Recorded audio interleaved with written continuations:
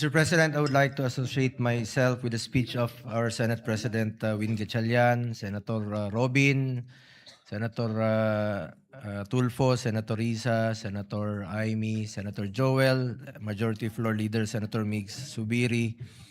Mr. President, I am deeply saddened and concerned by yet another shooting incident that took place inside our schools now in the campus of Ateneo de Zamboanga High School in Zamboanga City.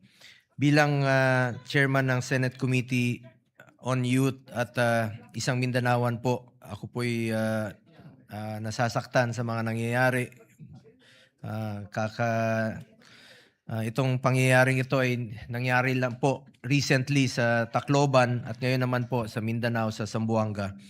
Taos-puso po ako nakikiramay sa mga pamilya at mahal sa buhay ng mga biktima, kapwa sa mga nasawi at sa mga sugatang patuloy na nagpapagaling mula sa walang saysay na karahasang ito.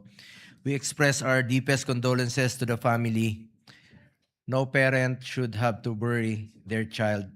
Mr. President, ano na po ba ang nangyayari sa loob ng ating mga paaralan? Ano na po ba ang kinakaharap ng ating mga estudyante at kabataan? Sunod-sunod na po ito at nangangailangan ng tigilan mula sa isang mas malawak na perspektiba. It is also equally disturbing to hear reports that the alleged suspect took their own life following the tragic incident. I strongly call on the concerned authorities to conduct an immediate, thorough, and comprehensive investigation. We need clear answers to critical questions. What led to this incident? How was a firearm brought inside the school? How did a minor gain access to a gun? Were there lapses in the school's security measures and protocols? These questions must be addressed urgently, not only in my capacity as chairman of the Committee on Youth, but also as a parent who deeply cares about the safety and well-being of our children. Gaya ng paulit-ulit kong sinasabi, ang mga paaralan ay dapat manatiling zones of peace and learning. Ipinagkatiwala ng mga magulang ang kanilang mga anak sa mga guro at pamunuan ng paaralan dahil naniniwala sila na ligtas at inaalagaan ang kanilang mga anak. Hindi kailanman dapat mabahira ng takot o karahasan ang mga institusyong ito.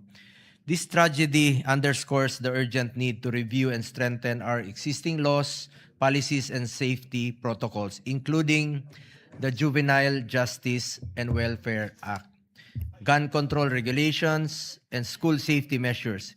If there are gaps in the system, we must address and correct them.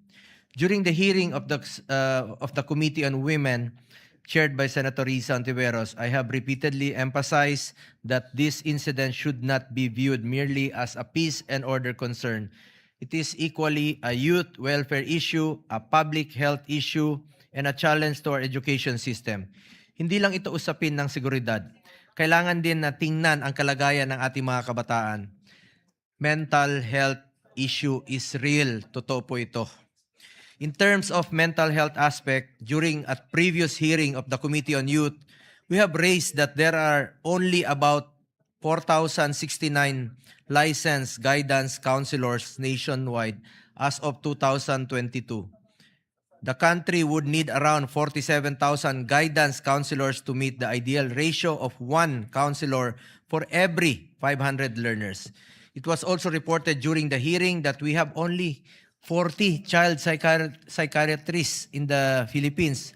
We really have a crisis in terms of our supply of mental health professionals. Crisis po ito at nabasa ko nga po na ngayong 2026, funded po ito sa budget, no? Kaya naman, habang kulang po tayo sa guidance counselors, we must focus on the hiring of school counselor associate positions, which is funded under the 2026 budget. Sana po'y ma-implement na po ito. Huwag na tayo mag-antay na maulit pa ito. Paulit-ulit na lang po itong pangyayari sa mga eskwelahan. This Congress, I likewise filed Senate Bill number 176, which proposes the establishment of mental health offices in all public higher education institutions nationwide to provide accessible counseling services, trained mental health professionals, and 24/7 mental health hotlines for students.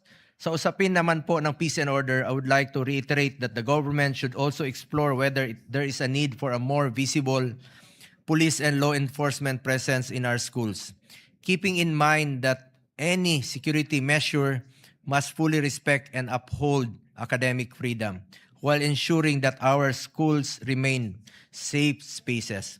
At the same time, Mr. President, I filed Senate Bill 2413. Ito po yung the Safe Schools and Violence Prevention Bill, which seeks to establish national standards for a comprehensive safe schools framework. The proposed measure will include mandatory school safety plans and annual risk assessments covering not only shootings and other acts of violence but also bullying, fires, disasters, and emergency medical situations.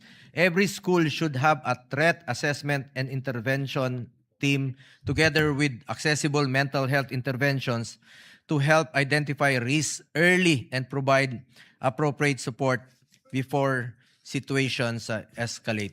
Mr. President, in the face of yet another heartbreaking incident, may we come together as one nation to take meaningful and decisive action to protect our children. Gawin na po natin lahat ngayon, Mr. President.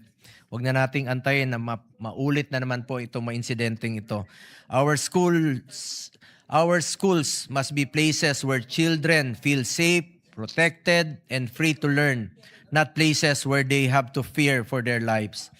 At bilang chairman ng Committee on Sports, narinig ko rin po sa isang atleta mula sa Zamboanga, mas mabuti pa po na inganyuhin na lang natin ang mga kabataan na mag-focus at participate sa sports. Get into sports, stay away from drugs to keep us healthy and fit. When we are physically fit, healthy pa tayo.